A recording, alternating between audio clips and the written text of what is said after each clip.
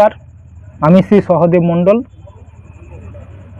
আজ ভারতবর্ষের স্বাধীনতা দিবস, ৭৯তম স্বাধীনতা দিবসে সকলকে জানাই আমার আন্তরিক শুভেচ্ছা, অভিনন্দন, ভালোবাসা। আমার এই ছোট্ট চ্যানেল দেশের কথা ইউটিউব চ্যানেলে বিহারের এসআইআর প্রসঙ্গে একটি ছোট্ট প্রতিবেদন নিয়ে চলে এসেছি। এ প্রসঙ্গে জনগণকে সতর্ক করা দরকার। বিহারের এসআইআর প্রসঙ্গে সুপ্রিম কোর্টে একটি মামলা হয়েছিল। সে মামলা নিয়ে বিরোধীরা নানান মন্তব্য করছে যে আধার কার্ডকে নাকি এজ প্রুফ হিসাবে নাগরিক হিসাবে প্রমাণ করা যাবে, কিন্তু আসলে আদৌ তা না। ইলেকট্রনিক্স মিডিয়াগুলো এই নিয়ে নানা ধরনের প্রশ্ন করছে, যে বিভিন্ন চ্যানেল বিভিন্ন ধরনের কথাবার্তা বলছে, কিন্তু মূলত কী ঘটনা ঘটেছে সেটা কেউ বলছে না। সেটা সুপ্রিম কোর্টের নির্দেশটা, যে নির্দেশ দিয়েছে, সেই নির্দেশগুলি আপনারা যদি ভালো করে একটু বুঝেন এবং দেখেন, তাহলে বুঝতে পারবেন আসলে আধার কার্ডের গুরুত্ব কতটা। আধার কার্ড নাগরিকত্ব হিসাবে আধার কার্ডকে সুপ্রিম কোর্ট স্বীকারই করছে না।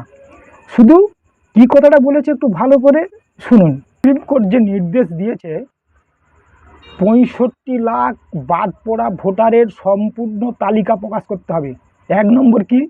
এক নম্বরে সুপ্রিম কোর্ট বলেছে ৬৫ লাখ বাদ পড়া ভোটারের তালিকা সম্পূর্ণ প্রকাশ করতে হবে।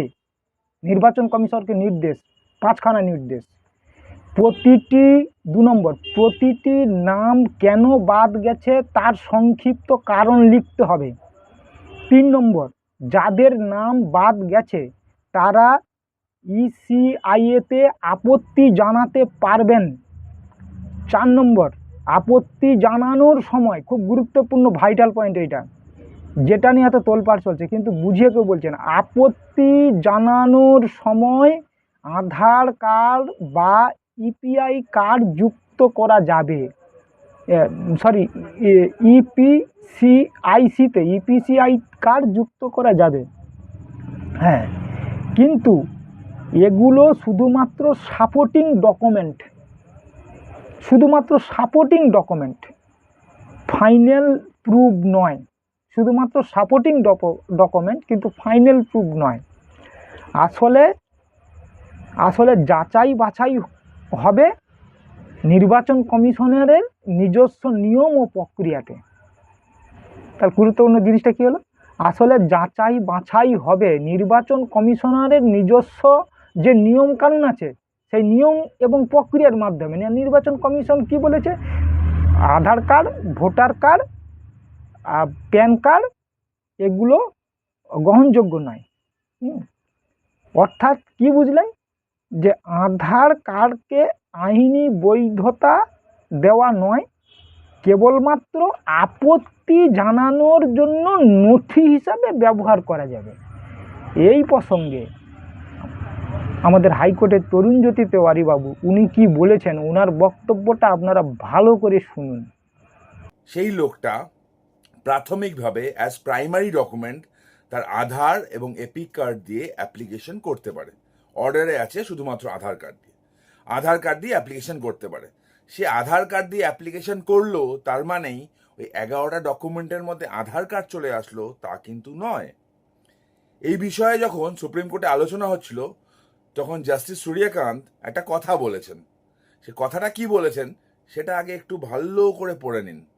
সুপ্রিম কোর্ট পরিষ্কার বলেছে, though Aadhaar card is not a conclusive proof, still while making application a person can submit that. Bangla মানে হচ্ছে, যদিও আধার কার্ড কনক্লুসিভ প্রুফ নয়, তাও এই নাম বাদ গেছে এরকম করে যদি অ্যাপ্লিকেশন করে, তাহলে সেটা জমা করতে পারবে। রাইট? তার মানে কি দাঁড়ালো? শুধুমাত্র অ্যাপ্লিকেশন করার জন্য আধার কার্ড ক্যান বি কনসিডার্ড। তার মানে এটা নয় যে 11টা ডকুমেন্টের মধ্যে আধার কার্ড চলে আসলো। ছোট্ট ব্যাপার। পুরো যদি হিয়ারিংটা শুনতেন আপনারা, এন্ট্রি মডেলটা যদি ভালোভাবে পড়তেন, তাহলে বুঝতে পারতেন। যারা লাফাচ্ছে মোরাল ভিক্টরি, জিতে গেছি বলে, তাদের ব্যাপারটা ওই কিছুটা বেগানি সাদিমে আবদুল্লা দিওয়ানার মতো। তারা অলওয়েজ লাফায়। 14তেও লাফিয়েছিল, 19এও লাফিয়েছে, 24এও লাফিয়েছে, ভবিষ্যতেও লাফাবে। তাদেরকে নিয়ে খুব একটা ভাবার কিছু নেই। কিন্তু ফ্যাক্ট কি? ফ্যাক্ট হচ্ছে আধার দিয়ে তারা অ্যাপ্লিকেশন করতে পারবেন যাদের নামটা বাদ গেছে। তারপর election commission of India as per rule তাদেরটা কনসিডার করবে। আচ্ছা, এই রায়টা যদি না আসতো তাহলে কি এটা হতো না? তাহলেও এটা হতো। কেন বলছি? রায়টা যদি না আসতো, ড্রাফট ভোটার লিস্ট পাবলিশ হয়েছে, সেখানে কারোর নাম যদি না থাকে সে অ্যাপ্লিকেশন তো করতেই পারতো। তাহলে নতুন কি হলো? লাভের লাভ কি হলো?